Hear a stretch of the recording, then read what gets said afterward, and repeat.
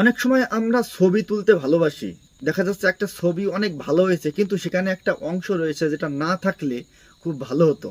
বা একটা মানুষ রয়েছে, সেই মানুষটা না থাকলে, বা একটা পশু রয়েছে, বা যে কোনো কিছু রয়েছে যেটা না থাকলে ছবিটা বেশি সুন্দর হতো।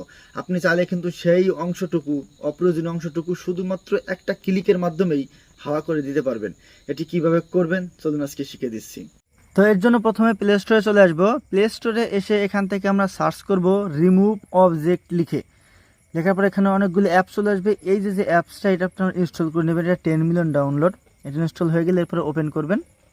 এখান থেকে ইংলিশ ভাষাটা সিলেক্ট করাই থাকবে। উপরে দেখুন ডান পাশে টিক চিহ্ন, ওখানে টিক দিয়ে দেবো। ওকে, নিচে দেখুন স্কিপের অপশন রয়েছে, আমরা স্কিপের উপর ক্লিক করব। এখান থেকে এটা জাস্ট অ্যালাউ করে দেবো। অফ রয়েছে, এটা অন করে দেবো। নিচে দেখুন অ্যালাউ চলে আসছে, অ্যালাউ করে দেবো।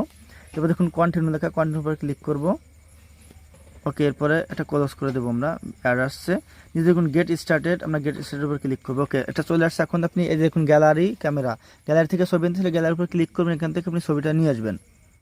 আমি ছবির উপর টাচ করার সাথে সাথে ছবিটি চলে আসবে। এখন আপনি কোনটা ডিলিট করতে চান, দেখুন ওই নিচে একটা ছবি দেখা যাচ্ছে একজনের, আমি ওইটার উপর ক্লিক করব। এটা আমি রিমুভ করতে চাই, তাই এটাকে আমি ভালো করে ভরাট করে দেবো এভাবে।